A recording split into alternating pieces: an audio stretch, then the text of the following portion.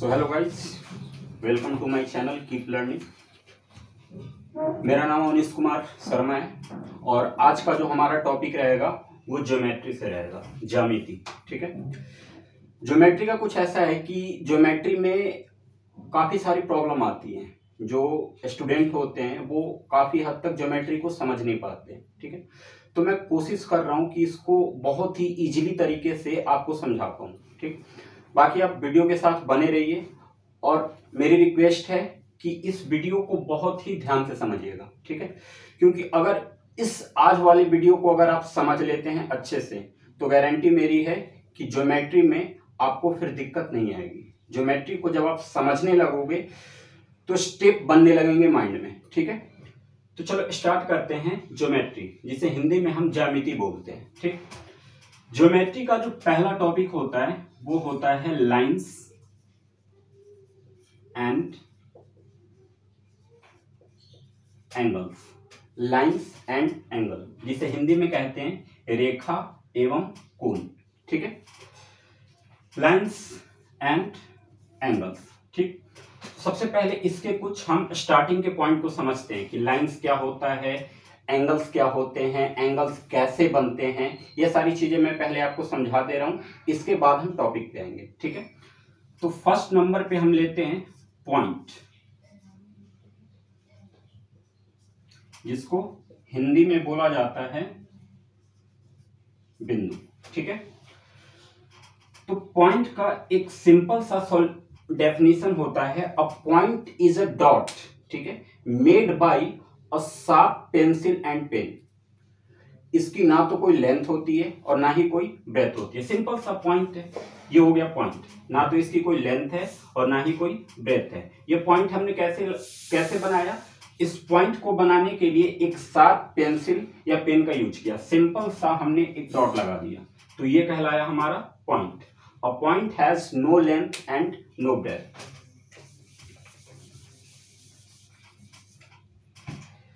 Second number पे आता है line,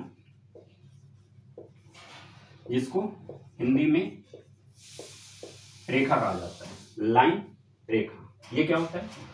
a line has no end point.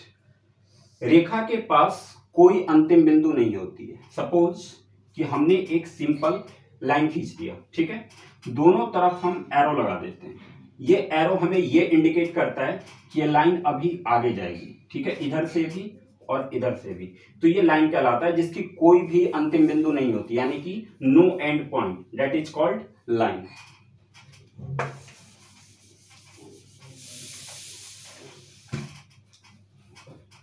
Third point पे लाइन, सेगमेंट, जिसको हम कहते हैं रेखा खंड। लाइन, सेगमेंट, रेखा खंड। A line segment has two end point. एक लाइन सेगमेंट के पास दो अंतिम बिंदु होती है। फॉर एग्जाम्पल, ये लाइन खींचा हमने। ठीक है, एक डॉट यहां पे लगा दिया और एक डॉट यहां पे लगा दिया। ये दोनों पॉइंट हमें ये बता रहा है कि इस लाइन को ना तो हम इधर आगे बढ़ा सकते हैं और ना ही हम इधर आगे बढ़ा सकते हैं, इसलिए लाइन सेगमेंट के पास दो एंड पॉइंट होता है। ठीक है,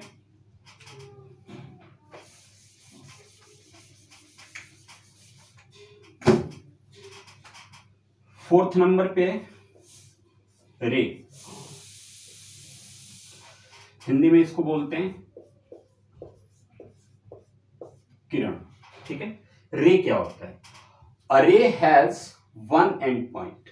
रे यानी कि किरण के पास एक अंतिम बिंदु होती है। फॉर एग्जाम्पल, ये लाइन खींचा हमने, एक तरफ से हमने एरो लगा दिया और एक तरफ हमने डॉट लगा दिया। ठीक है, ये एरो ये इंडिकेट कर रहा है कि ये लाइन इधर से आगे बढ़ेगी, बट ये यहां से आगे नहीं बढ़ेगी, ये यहीं का यहीं रहेगी। तो इसलिए हम कहते हैं अ रे हैज वन एंड पॉइंट। रे के पास एक अंतिम बिंदु होती है।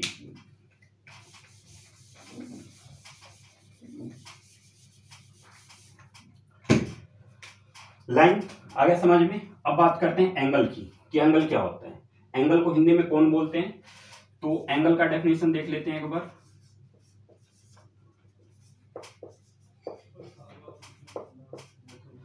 एंगल कोण, when two line meet at a point, ठीक है, meet at a common point, when two line meet at a common point that is called angle. जब दो लाइन एक कॉमन पॉइंट पे मिलता है, एक कॉमन बिंदु पे मिलता है, तो वहां पे एंगल बनता है। सपोज कि एक ये लाइन हुआ, ठीक है, और एक ये लाइन हुआ, ये दोनों लाइन एक कॉमन पॉइंट पे मिल रहे हैं, ठीक है, तो यहां पे हमारा कोई भी एंगल बनेगा, ठीक है। एंगल को इस सिंबल के साथ रिप्रेजेंट किया जाता है, एंगल को हमेशा ऐसे रिप्रेजेंट किया जाता है, ठीक है। ये एंगल का क्या है, सिंबल है।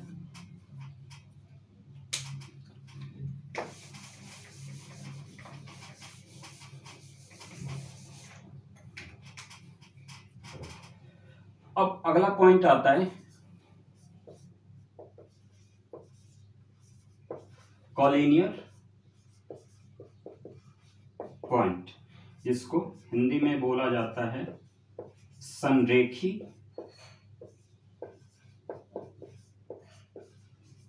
बिंदु। कॉलिनियर पॉइंट, संरेखी बिंदु, ये क्या होता है, if 3 and more than 3 lie on the same line, ठीक है, यदि 3 और 3 से ज्यादा बिंदु एक ही लाइन पे स्थित हो तो वो हमारा कॉलिनियर पॉइंट यानी कि संरेखी बिंदु कहलाता है, ठीक है। चलो एग्जांपल समझते हैं कि फॉर एग्जांपल ये एक लाइन है, ठीक है, और इस लाइन पे हम 3 या 3 से ज्यादा बिंदु को स्थित करते हैं। फॉर एग्जांपल ये ए हो गया, ये बी हो गया, ये सी हो गया और ये डी हो गया। इस सेम लाइन पे क्या हुआ कि 3 या 3 से ज्यादा बिंदु स्थित हो गए, ठीक है, तो ये क्या कहलाएगा, कॉलिनियर पॉइंट यानी कि संरेखी बिंदु कहलाएगा।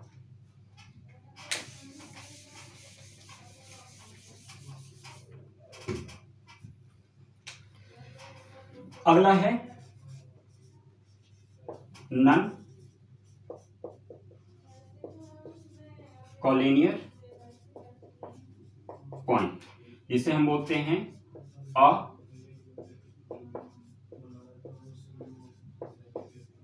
असंरेखी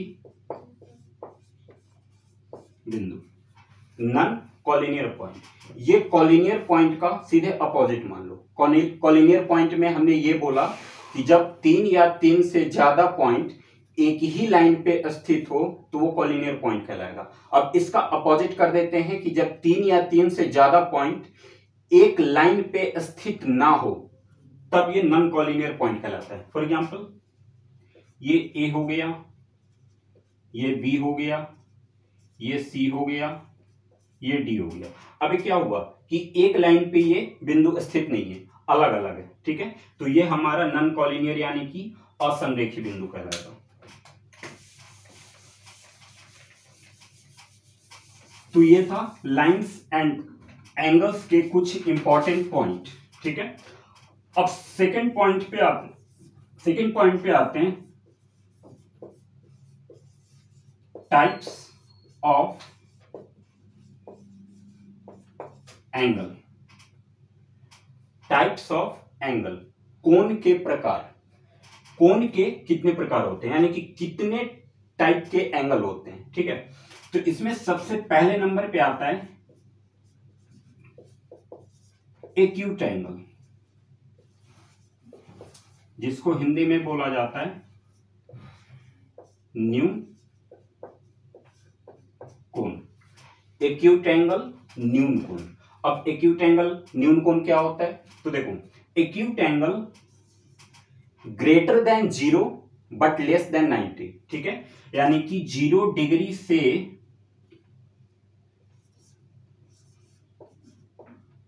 90 डिग्री के बीच में जो एंगल बनता है वो हमारा एक्यूट यानी कि न्यून कोण कहलाता है, एक्यूट एंगल कहलाता है। एक्यूट एंगल समझ लिया हमने कि जब कोई भी एंगल 0 और 90 के बीच में हो तो कौन सा एंगल कहलाएगा, एक्यूट एंगल कहलाएगा। क्लियर है।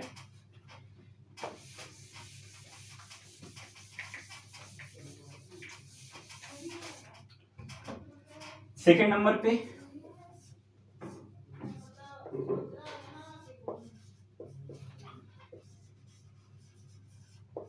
Right angle. जिसको हिंदी में बोलते हैं समकोण। राइट एंगल समकोण, ठीक है। अब देखो राइट एंगल क्या होता है। राइट एंगल मतलब कि राइट एंगल में कोई भी एक एंगल अगर 90 डिग्री के बराबर है तो वो हमारा राइट एंगल कहलाता है। राइट एंगल का शेप यूं बनता है, ठीक है, इस तरीके का। अब यहां पे देखो ये जो हमारा वर्टिकल लाइन है ये बिल्कुल स्ट्रेट है और स्ट्रेट लाइन हमेशा 90 डिग्री का एंगल बनाता है, ठीक है। तो ये हमारा क्या हो गया, राइट एंगल हो गया। इसका कुछ इंटरनल पॉइंट मैं समझा दे रहा हूं। राइट एंगल में 3 साइड है, मतलब ट्रायंगल में तो 3 ही साइड होता है, ठीक है। तो इसमें भी 3 साइड है और इसमें तीनों साइड के अपना अलग अलग नाम होता है, ठीक है। और नाम ध्यान से एक बार समझ लो। जो वर्टिकल लाइन होती है, ठीक है, वर्टिकल लाइन को हम परपेंडिकुलर कहते हैं।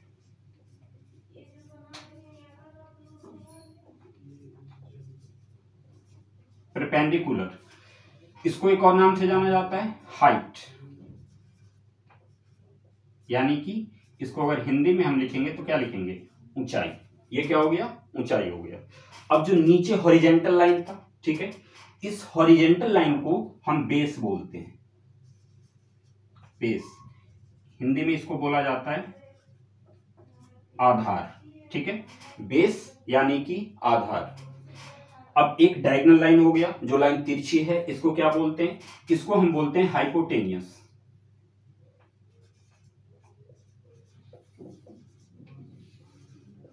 हाइपोटेनियस, जिसको हिंदी में हम कहते हैं कर्ण। कर्ण, ठीक है।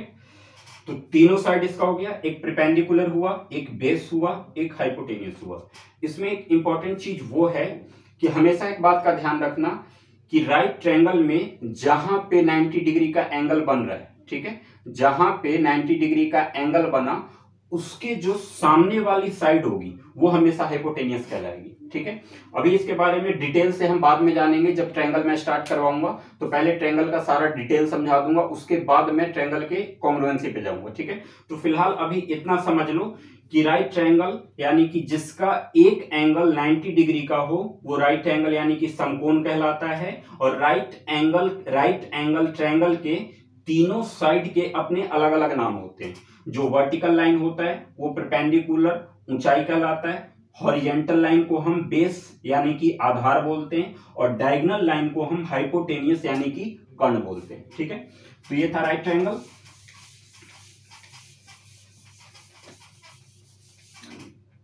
अब थर्ड नंबर पे है ऑब्ट्यूज एंगल। ऑब्ट्यूज एंगल, जिसको हिंदी में हम बोलते हैं अधिक कोण। ऑब्ट्यूज एंगल क्या होता है, ऑब्ट्यूज एंगल वो होता है जो 90 और 180 के बीच में स्थित हो, ठीक है। Greater than 90 but less than 180 degree, that is called obtuse angle, ठीक है। यानी कि 90 डिग्री और 180 डिग्री के बीच में जो भी एंगल मिलेंगे उस एंगल को हम ऑब्ट्यूज यानी कि अधिक कोण कहेंगे, ठीक है।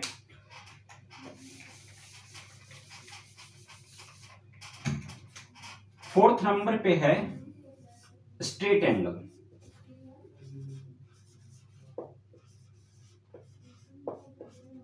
स्ट्रेट एंगल, स्ट्रेट का मतलब क्या होता है, सीधा, बिल्कुल सीधा, ठीक है। तो स्ट्रेट एंगल हमेशा 180 डिग्री का एंगल बनाता है, क्योंकि जो सीधी लाइन होती है, सीधी लाइन पे हमेशा 180 डिग्री का एंगल बनता है, ठीक है।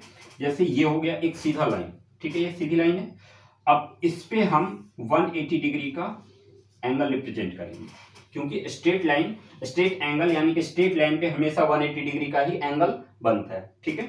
तो इसको हम कहते हैं स्ट्रेट एंगल। फिफ्थ नंबर पे आ गया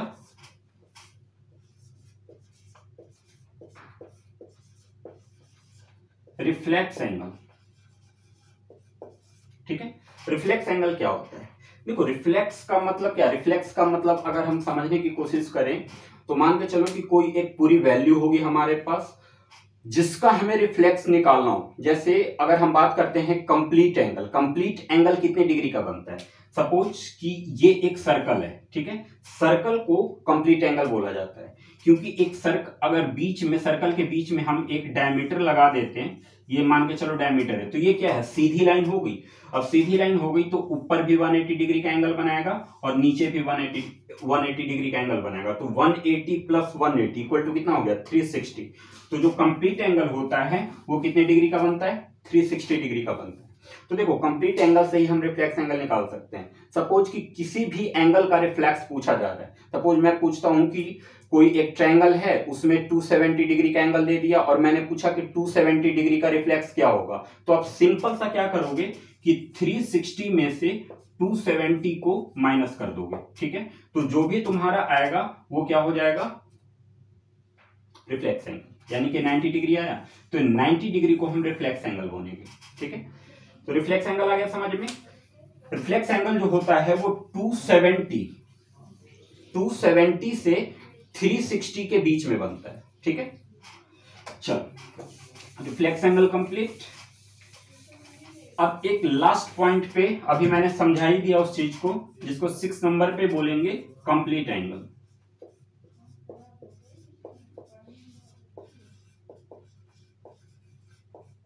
कंप्लीट एंगल, कंप्लीट एंगल अभी हमने समझा कि कंप्लीट एंगल हमेशा सर्कल में बनता है, ठीक है। एक सर्कल में कंप्लीट एंगल होता है, कंप्लीट एंगल यानी कि कितना? 360 डिग्री। कंप्लीट एंगल कितने का होता है? 360 डिग्री का होता है। तो ये टाइप्स ऑफ एंगल हमारा कंप्लीट हो गया।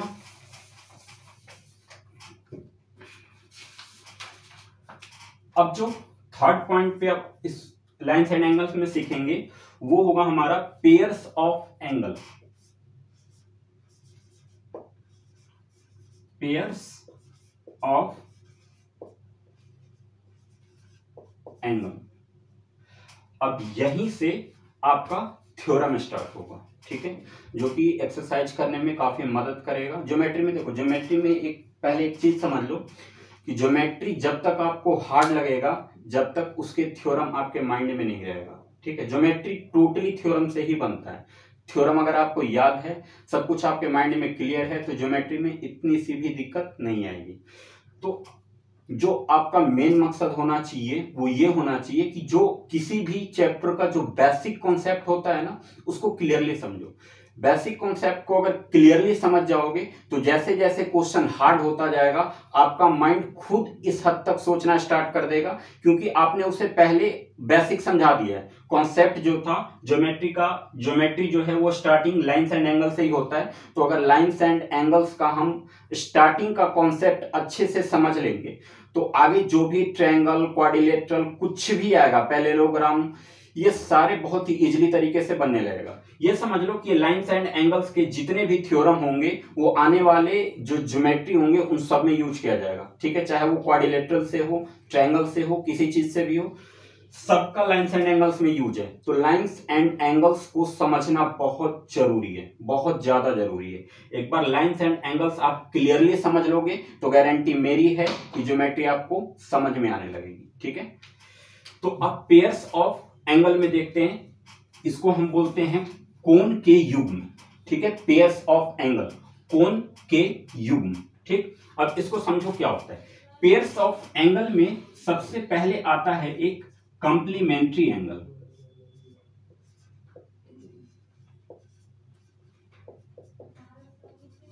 कॉम्प्लीमेंट्री एंगल, जिसको हिंदी में हम कहते हैं पूरक कोण, पूरक कोण, कॉम्प्लीमेंट्री एंगल, पूरक कोण। अभी होता क्या है कॉम्प्लीमेंट्री एंगल, पूरक कोण? तो देखो, दो एंगल का सम अगर 90 डिग्री हो जाता है, ठीक है, the sum of any two angle is equal to 90 degree, then it is called complementary angle.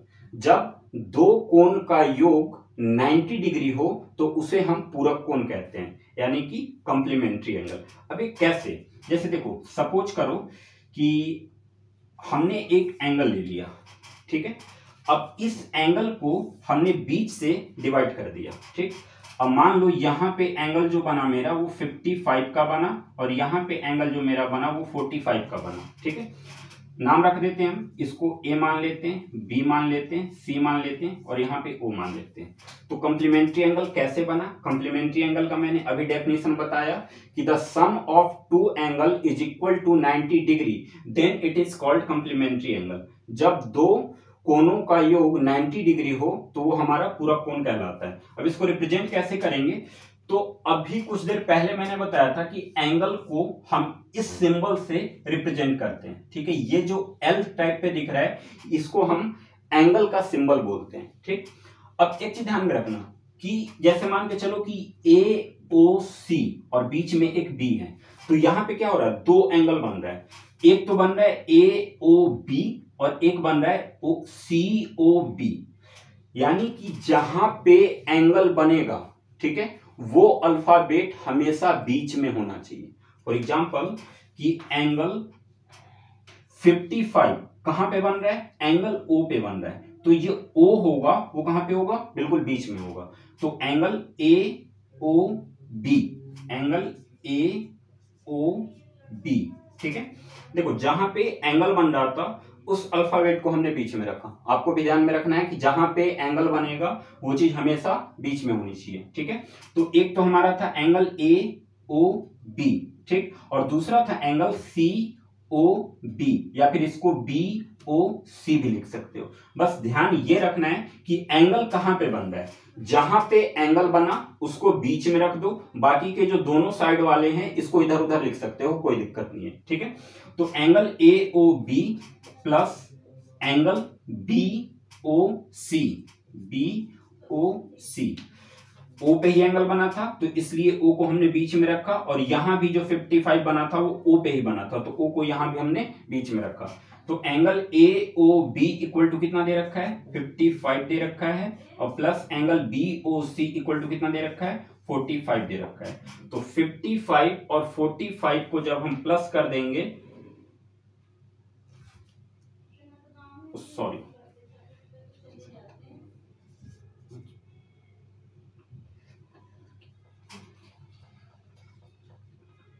यहां पे 35 होगा। ठीक है, क्योंकि 55 और 35 को प्लस करोगे तब जाके ये 90 डिग्री होगा। पेयर्स ऑफ एंगल में सबसे पहले हमने सीखा कॉम्प्लीमेंट्री एंगल। कॉम्प्लीमेंट्री एंगल क्या होता है, जब दो एंगल का सम 90 डिग्री के बराबर हो तो हमारा कॉम्प्लीमेंट्री एंगल यानी कि पूरा कोण कहलाता है। आई थिंक अच्छे से क्लियर हो गया होगा। अब हम नेक्स्ट समझेंगे इसी का पेयर्स ऑफ एंगल का ही, जिसको बोलते हैं सप्लीमेंट्री एंगल। ठीक है,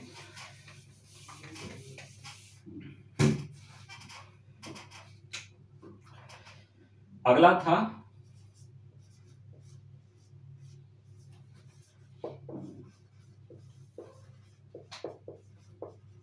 सप्लीमेंट्री एंगल, इसको हिंदी में कहते हैं समपूरक कोण, समपूरक कोण। ठीक है, अब देखो ये भी सेम पूरक की तरह ही है, यानी कि कॉम्प्लीमेंट्री की तरह ही है, बस इसमें थोड़ा सा चेंज ये हो जाएगा कि कॉम्प्लीमेंट्री में दो एंगल का सम हमने 90 डिग्री बोला था। ठीक है, सप्लीमेंट्री में दो एंगल का सम जो होगा वो 180 डिग्री होगा। ठीक, the sum of two angle is equal to 180 degree then it is called supplementary angle. Clear हो गया? सेम चीज वही रहेगा कि दो एंगल होगा, ठीक है, एक एंगल और ये दोनों एंगल, इन दोनों का जो सम होगा वो कितना होना चाहिए, 180 डिग्री होना चाहिए, तो वो हमारा क्या कहलाएगा, सप्लीमेंट्री एंगल कहलाएगा।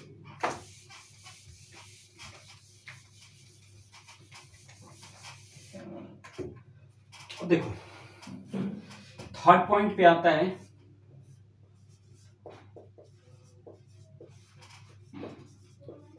Bisector of angle. ठीक है, कोनों का समद्विभाजक। बाइसेक्टर मतलब होता है समद्विभाजक। भाई समद्विभाजक का मतलब समद्विभाजक मतलब कि दो पार्ट को बराबर भाग में बांटना, वो हमारा बाइसेक्टर कहलाता है। ठीक है, angle of bisector, angle of bisector में क्या होगा कि सपोज कि ये एंगल है, ठीक है, इस एंगल को हमने एक रे के द्वारा बाइसेक्ट कर दिया, ठीक, ये पूरा एंगल था पहले, इस एंगल को हमने एक रे से, एक रे खींचा, रे में मैंने बता दिया था कि it has one and point, यहाँ पे तो इसका एंड है, बट यहाँ पे मुझे नहीं पता कि ये लाइन कितनी आगे जाएगी, तो हम इसको रे बोल सकते हैं। अब ये रे क्या किया कि इस एंगल को बाइसेक्ट कर दिया, ठीक है, बाइसेक्ट करने के बाद ये दो पार्ट में बट गया, तो ये जो दोनों पार्ट होगा ये बराबर बराबर भाग में बटेगा। फॉर एग्जांपल अगर ये पूरा एंगल 40 डिग्री का था तो अब ये 20 और 20 में बढ़ जाएगा। बाइसेक्टर, इंटरसेक्शन, ये सब जो होता है वो बराबर भाग में बांटता है, ठीक है, तो इसको हम कहते हैं बाइसेक्टर ऑफ एंगल, यानी कि कोनों का सम द्विभाजक।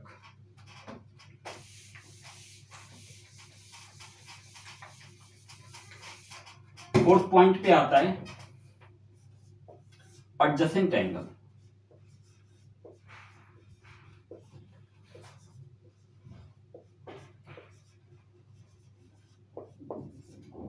एडजेसेंट एंगल, ठीक है, एडजेसेंट एंगल क्या होता है? देखो, एडजेसेंट एंगल का एक सीधा सिंपल सा इसका वो होता है, डेफिनेशन होता है कि इसके एक पॉइंट कॉमन होते हैं, ठीक है, एक आर्म्स जो, जैसे देखो सपोज ये हमने एक एंगल बनाया, ठीक है, यहां पे एक एंगल दिख रहा है हमें, ये चीज एंगल।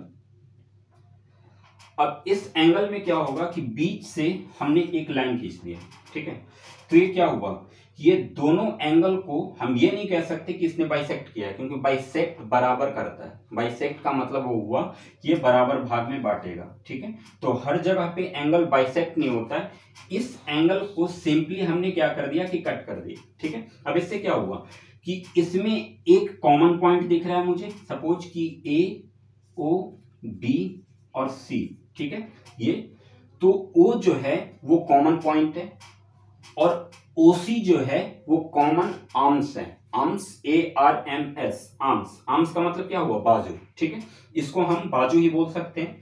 तो एडजेसेंट एंगल कब बनता है कि जब एक एंगल, जैसे दो लाइन जब एक कॉमन पॉइंट पे मिलते हैं और उस पॉइंट को कोई एक रे से डिवाइड कर दिया जाता है, यानी कि ये रे जो होगा इस एंगल और इस एंगल दोनों में ये कॉमन होगा, ठीक है, तो ये हमारा कहलाता है एडजेसेंट एंगल। क्लियर है?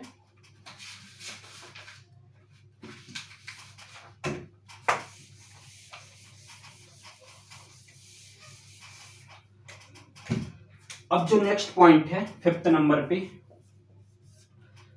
Most important point in whole geometry, पूरे ज्योमेट्री में सबसे इंपॉर्टेंट, सबसे ज्यादा यूज करने वाला थ्योरम, जिसको हम बोलते हैं linear pair, linear pair angle, Hindi में इसको बोला जाता है रैखिक युग्म कोण, लीनियर पेयर एंगल, रैखिक युग्म कोण। अब ये रैखिक युग्म कोण क्या होता है?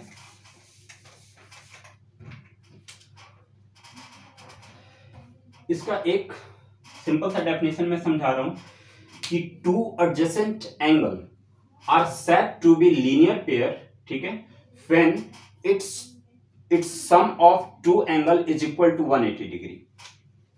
अभी हमने एडजेसेंट एंगल के बारे में समझा था, ठीक है, ये एडजेसेंट एंगल के बारे में हमने समझा था, ठीक है, बट लीनियर पेयर जो है वो एडजेसेंट एंगल से थोड़ा सा अलग होता है, ज्यादा नहीं, थोड़ा सा। सपोज करो कि ये एक लाइन था हमारा सीधा, ठीक है, ये वर्टिकल लाइन था, इसके ऊपर हमने कोई एक रे खींच दिया, ठीक है, रे डाला, रे का मतलब कि it has one and point, यहाँ पे इसका एंड है, यहाँ पे एंड नहीं है, ठीक है, तो एक सीधी लाइन पे जब एक रे आके गिरती है, जब एक किरण आके गिरती है, तो वहां से दो एंगल निकलता है, ठीक है, एक इधर से निकला और एक उधर से निकला, ये दोनों एंगल का सम जो होता है वो 180 डिग्री होता है। क्लियर हुआ? जैसे मान के चलो कि यहां पे हमने रख दिया AOB और यहां पे रख दिया D, तो AOD plus D equal to 180 degree. Angle AOD, AOD, O को हमने बीच में रखा चूंकि एंगल जो था वो O पे बन रहा था, तो O बीच में, plus BOD, angle BOD, angle AOD plus angle BOD is equal to 180 degree. ठीक, लीनियर पेयर, रैखिक युग्म कोण, कि जब एक सीधी लाइन पे एक रे खड़ी हो, ठीक है, तो उस रे के गिरने के बाद सीधी लाइन पे दो एंगल बन जाता है और उन दोनों एंगल का जो सम 180 डिग्री होता है वो हमारा लीनियर पेयर एंगल कहलाता है। ठीक है, अब नेक्स्ट पॉइंट है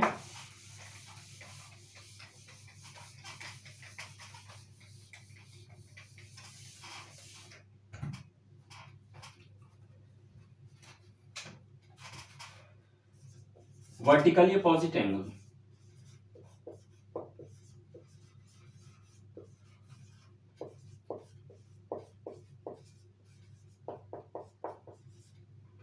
vertically opposite angle, vertically opposite angle क्या होता है?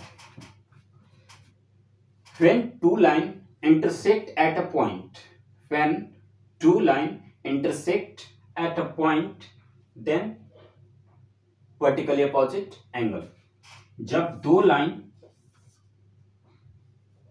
एक दूसरे को किसी एक पॉइंट पे इंटरसेक्ट करते हैं, ठीक है, तो यहां से चार एंगल निकलता है, 4 एंगल।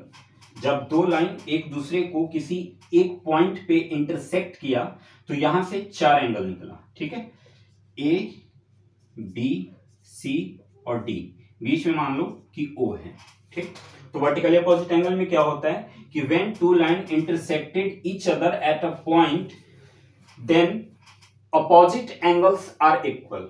जो इसके अपोजिट एंगल होते हैं वो क्या होते हैं? इक्वल होते हैं। जैसे ये एंगल जो है वो इस एंगल का इक्वल हो जाएगा और ये एंगल जो है वो इस एंगल का इक्वल हो जाएगा। तो हम इसको ऐसे भी लिख सकते हैं कि angle AOD, angle AOD equal होगा एंगल BOC के, angle BOC, angle AOD is equal to angle BOC।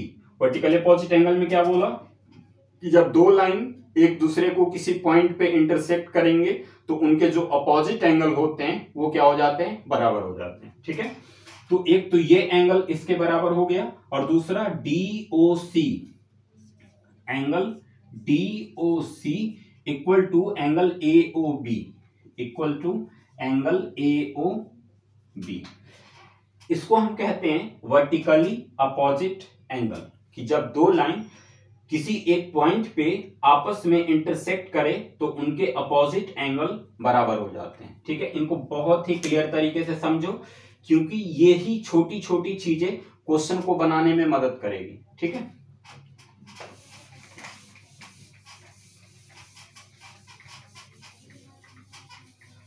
अब पेयर्स ऑफ एंगल जो है हमारा वो कंप्लीट हो चुका है।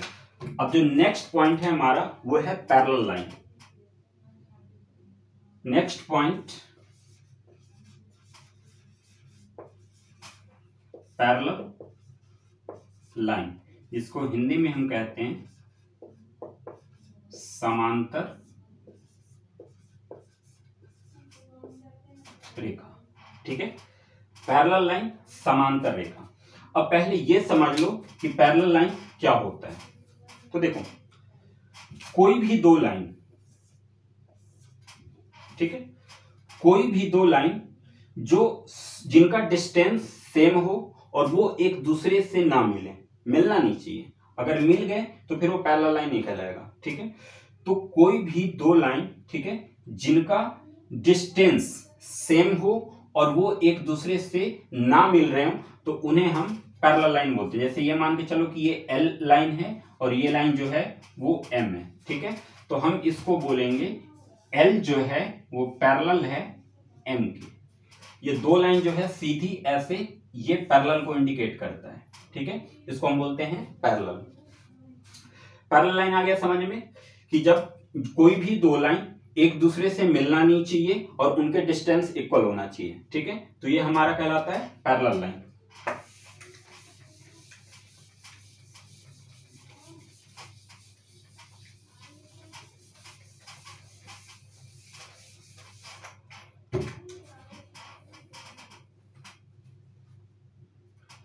अब अगला आता है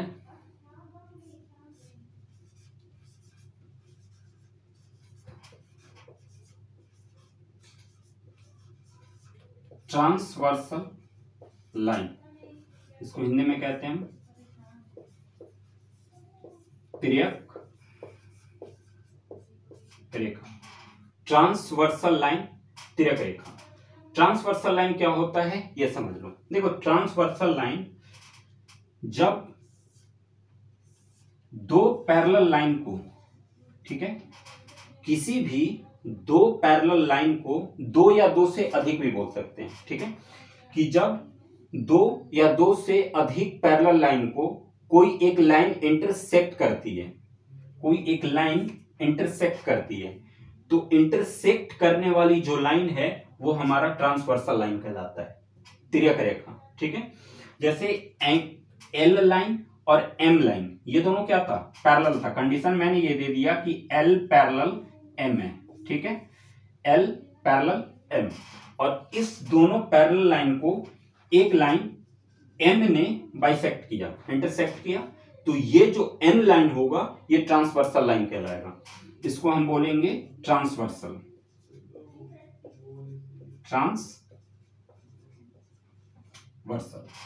ये लाइन क्या कहलाएगा, ट्रांसवर्सल लाइन कहलाएगा।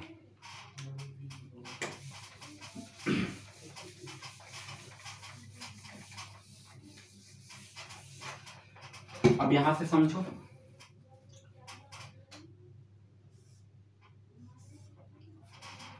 दो पैरेलल लाइन था, ठीक है, एल और एम।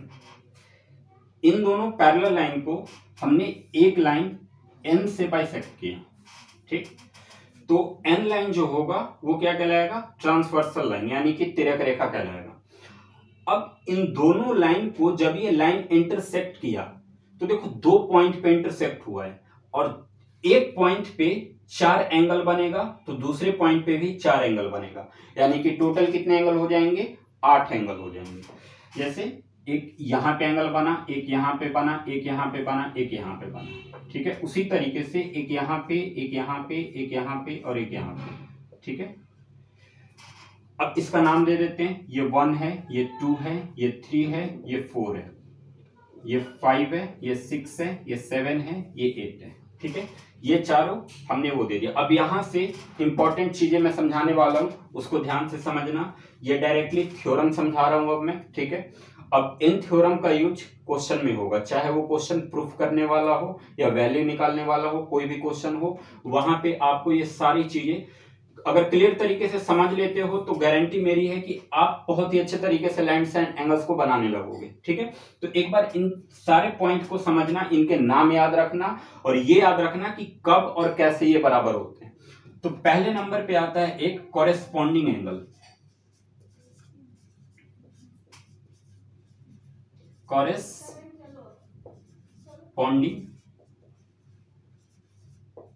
एंगल, जिसको हम हिंदी में कहते हैं संगत कोण, ठीक है। कॉरेस्पॉन्डिंग एंगल, संगत कोण। अच्छा, संगत क्या होता है, कॉरेस्पॉन्डिंग क्या होता है, पहले ये समझो, क्योंकि जब ये समझ में आ जाएगा कि कॉरेस्पॉन्डिंग क्या होता है तो आप एंगल ढूंढने में आपको बहुत ही आसानी होगी। देखो कॉरेस्पॉन्डिंग हम ऐसे समझते हैं, सपोज करो कि मेरे पास दो ट्रायंगल है, ठीक है, दो ट्रायंगल है, एक ट्रायंगल में 3 साइड और 3 एंगल भी बनते हैं। ये 3 साइड हो गया और इसके 3 एंगल हो गए। इसको मान लेते हैं हम ए बी सी, और इसको मान लेते हैं पी क्यू आर। मैं समझा ये रहा हूं कि कॉरेस्पॉन्डिंग किसे कहते हैं। तो देखो, अगर इन दोनों ट्रायंगल के एंगल के डायरेक्शन को मिलाया जाए, जैसे ये एंगल जो है वो इस डायरेक्शन से मिल रहा है, ये एंगल जो है वो इस डायरेक्शन से मिल रहा है, और ये एंगल जो है वो इस डायरेक्शन से मिल रहा है। तो जो सेम डायरेक्शन में मिल जाते हैं उनको हम कॉरेस्पॉन्डिंग बोलते हैं। ठीक है, कि एंगल ए जो होगा वो एंगल पी के बराबर होगा, ये कॉरेस्पॉन्डिंग होगा। एंगल बी जो होगा वो एंगल क्यू के बराबर होगा, ये कॉरेस्पॉन्डिंग हुआ। और एंगल सी जो होगा वो एंगल आर के बराबर होगा, इनको हम कॉरेस्पॉन्डिंग बोलते हैं। ठीक है, तो अब यहां से समझो कि कॉरेस्पॉन्डिंग एंगल कैसे निकलता है।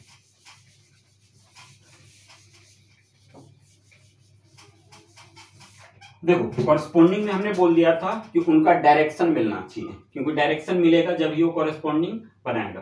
तो चलो एक बार आप इस पे आते हैं कि कॉरेस्पॉन्ड, यहां ये 8 कोण मुझे दिख रहा है, इन 8 कोण में कॉरेस्पॉन्डिंग एंगल कौन कौन सा होगा ये समझते हैं। सपोज करो कि ये लाइन है और एक ये लाइन है, एक लाइन एम था, एक लाइन एन था, एल था। तो एल पे जो एंगल 1 है, एल लाइन पे जो एंगल 1 है वो एम लाइन पे किसके बराबर होगा, डायरेक्शन मिला। एंगल 1 जो था वो एंगल 5 के बराबर होगा, क्योंकि इस लाइन पे ये ऊपर की तरफ है और इस लाइन पे भी ये ऊपर की तरफ है, डायरेक्शन दोनों का मिल गया तो ये कॉरेस्पॉन्डिंग एंगल होगा। तो एंगल 1 जो होगा वो एंगल 5 के बराबर हो जाएगा। क्लियर है? उसी तरीके से एंगल 2 जो होगा वो एंगल 6 के बराबर होगा, एंगल 2 इक्वल टू एंगल 6। अब ऊपर वाला हमने मिला दिया, अब एक बार नीचे से भी देखते हैं। तो एंगल 4 जो होगा वो एंगल 8 के बराबर होगा, एंगल 4 इक्वल टू एंगल 8, और एंगल 3 जो होगा वो एंगल 7 के बराबर होगा। तो एंगल 3 इक्वल टू एंगल 7। दो पैरेलल लाइन को जब एक ट्रांसवर्सल लाइन काटती है तो टोटल 8 एंगल निकलते हैं, और टोटल 8 में से हमने 4 कॉरेस्पॉन्डिंग एंगल का पेयर निकाला। ठीक है, कि एंगल 1 एंगल 5 के बराबर है, एंगल 2 एंगल 6 के बराबर है, एंगल 4 एंगल 8 के बराबर है, और एंगल 3 जो है वो एंगल 7 के बराबर है। ये हमारा टोटल जो था वो कॉरेस्पॉन्डिंग एंगल का था। कॉरेस्पॉन्डिंग एंगल क्लियर समझ में आ गया? ठीक है, तो अब हम नेक्स्ट पॉइंट पे चलते हैं।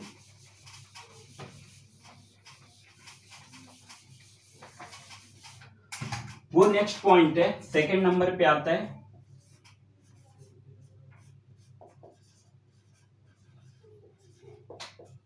Alternate interior angle. इसको हम हिंदी में कहते हैं एकांतर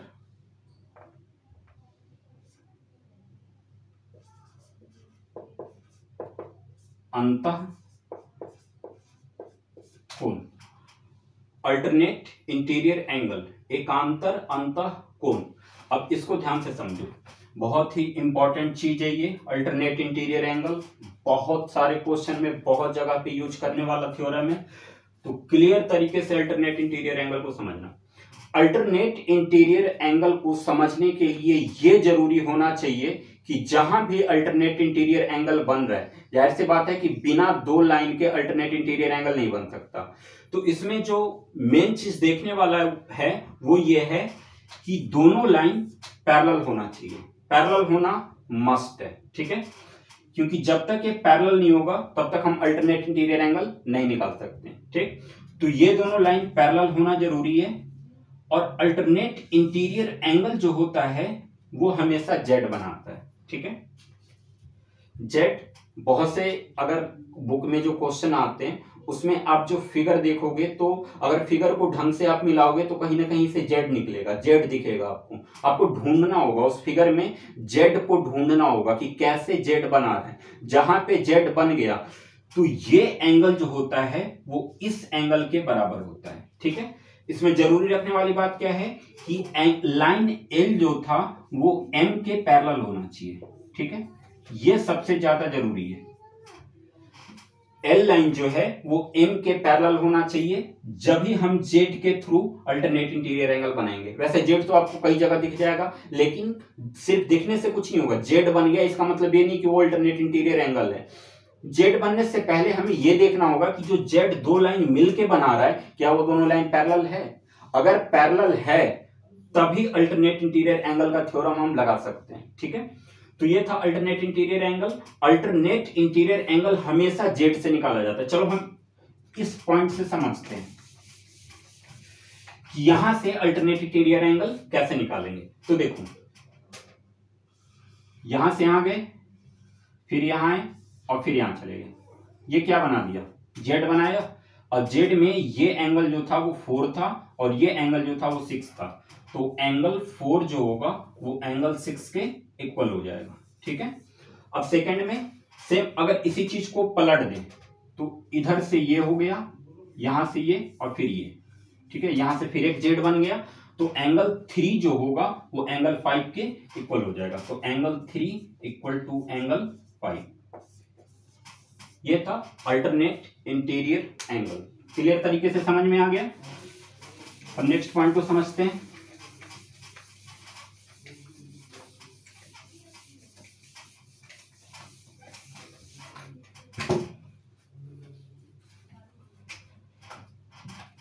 अब आ गया अल्टरनेट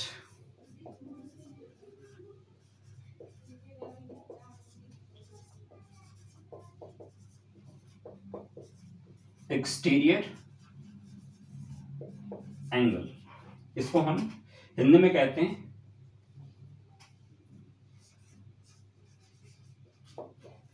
एकांतर बाह्य कोण। Alternate exterior angle. इंटीरियर का मतलब क्या था, अंदर। जैसे जेड बना था तो इस जेड में जो दोनों एंगल बना था वो इंटीरियर बना था, अंदर बना था। ठीक है, बट और एक्सटीरियर का मतलब क्या होता है, बाहर, बाह्य, एकांतर बाह्य कोण। फिर से समझ लेते हैं, ये एल था, ये एम था, इसको एक ट्रांसवर्सल लाइन ने काटा, 3 4 5 6 7 8। ठीक है, अब देखो अल्टरनेट एक्सटीरियर एंगल। एक्सटीरियर का मतलब क्या हुआ, एक्सटीरियर का मतलब बाहर हुआ, यानी कि इसमें जो एंगल मुझे दिखेगा वो बाहर का एंगल दिखना चाहिए। तो बाहर का एंगल क्या दिख रहा है, एक तो 1 दिख रहा है, 2 दिख रहा है, 7 दिख रहा है और 8 दिख रहा है। यही 4 जो पॉइंट है ये बाहर की तरफ दिख रहे हैं। तो जाहिर सी बात है कि इन्हीं में से कोई ना कोई एक्सटीरियर एंगल होना चाहिए। तो एक्सटीरियर एंगल का मतलब ये हुआ कि तिरछा ले लो। जैसे इंटीरियर में हमने ऐसे जेड लिया था, ये बराबर ये। ठीक है, तो एक्सटीरियर में एंगल 2 जो होगा वो एंगल 7 के बराबर हो जाएगा और एंगल 1 जो होगा वो एंगल 8 के बराबर हो जाएगा। एक्सटीरियर यानी कि बाहर है, तो एंगल 1 इक्वल टू एंगल 8 और एंगल 2 इक्वल टू एंगल 7। ये था अल्टरनेट एक्सटीरियर एंगल। क्लियर हुआ। तो चलो अब आगे देखते हैं।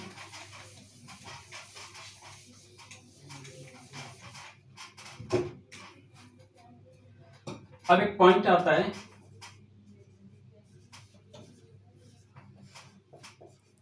Consecutive interior angle.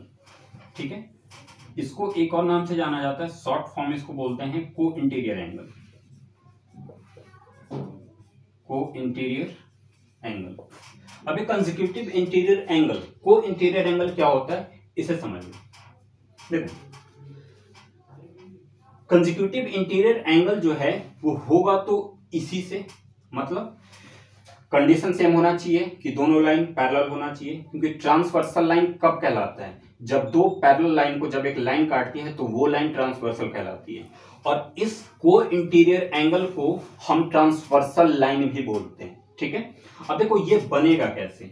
सपोज कि हमने ये दोनों लाइन लिया था, ये दोनों लाइन जो था वो क्या था, पैरेलल था, एक दूसरे से पैरेलल था। और फिर इन दोनों पैरेलल लाइन को जब हमने एक लाइन से इंटरसेक्ट किया तो ये जो एन लाइन था ये क्या बन गया, ट्रांसवर्सल लाइन बन गया। ठीक है, अब देखो को इंटीरियर एंगल में क्या होता है कि सेम साइड पे जो एंगल बनता है, ठीक है, कोई भी दो पैरेलल लाइन के बीच में अगर सेम साइड पे एंगल बन रहा है तो उन दोनों एंगल का जो सम होता है वो 180 डिग्री होता है। सपोज कि ये एल लाइन था और ये एम लाइन था, ये दोनों लाइन क्या था, पैरेलल था, और इन दोनों पैरेलल लाइन को एन लाइन ने क्या किया, इंटरसेक्ट किया। ठीक है, तो अब देखो सेम साइड पे एंगल कैसे बनेगा।